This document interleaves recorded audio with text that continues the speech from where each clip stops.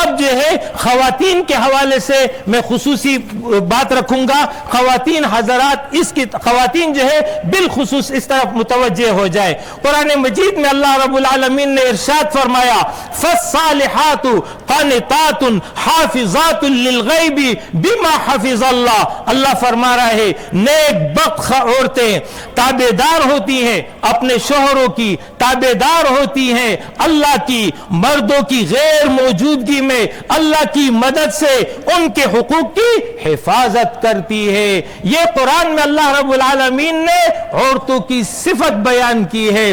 سیدہ ہماری ام المؤمنین سیدہ ام سلمہ رضی اللہ عنہا نے ایک موقع پر رسول اللہ صلی اللہ علیہ وسلم سے عرض کیا اللہ کے رسول قرآن میں ہمیشہ مردوں کا ذکر ہوتا ہے، عباد الرحمن التائبون العابدون، کبھی عورتوں کا ذکر نہیں آیا کہ عورتیں جو ہے کن اوصاف سے متصف ہوتی ہیں. تو اس پر جو ہے سورہ احزاب کی یہ آیت آ گئی. یہ آیت میں پڑھ رہا ہوں، تمام خواتین اور حضرات دونوں اس پر متوجہ رہے. جن صفات کا ذکر ہو رہا ہے ان صفات کو اختیار کرنے کی کوشش کرے.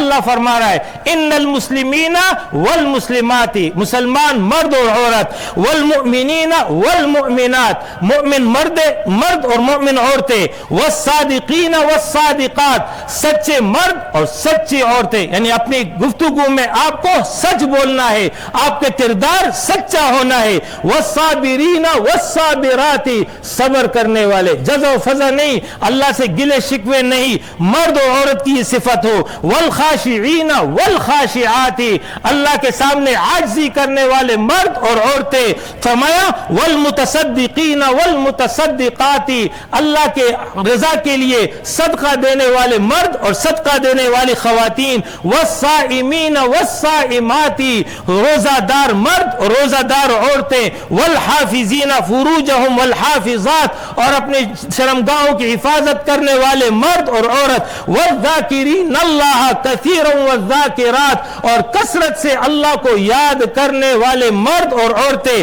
آخر میں اللہ فرما رہا ہے اعد اللہ لہم مغفرۃ واجرا عظیما، اللہ نے ان سب کے لیے اجر عظیم تیار کر رکھا ہے. لہذا یہ اوصاف اور صفات جس طرح مردوں کے لیے ہے خواتین کے لیے بھی ہے. قاعدہ سن لیجئے، وہ تمام احکام جو مردوں کے لیے خاص ہیں وہ تو مرد کریں گے، جو عورتوں کے لیے خاص ہیں وہ عورتیں کریں گی. وہ تمام احکام جو دونوں کے لیے ہے لیکن صیغہ ذکر مردوں کا ہوا ہے تو حکم میں دونوں شامل ہوں گے. لہذا دونوں کے حوالے سے جو قرآن صفات کا ذکر کر رہا ہے ان صفات کو اختیار کرے. قرآن ذکر کر رہا ہے من عمل صالحا من ذکر او انثى، جو بھی نیک عمل کرے گا چاہے وہ مرد ہو عورت ہو، وہو مؤمن، شرط یہ ہے کہ وہ مؤمن والی ہو، مؤمن والا ہو.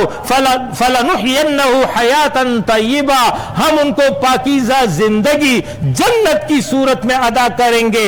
وَلَنَجْزِيَنَّهُمْ أَجْرَهُمْ بِأَحْسَنِ مَا كَانُوا يَعْمَلُونَ، اور جو عمل انہوں نے کیا اس سے بہترین اجر آخرت میں عطا کریں گے.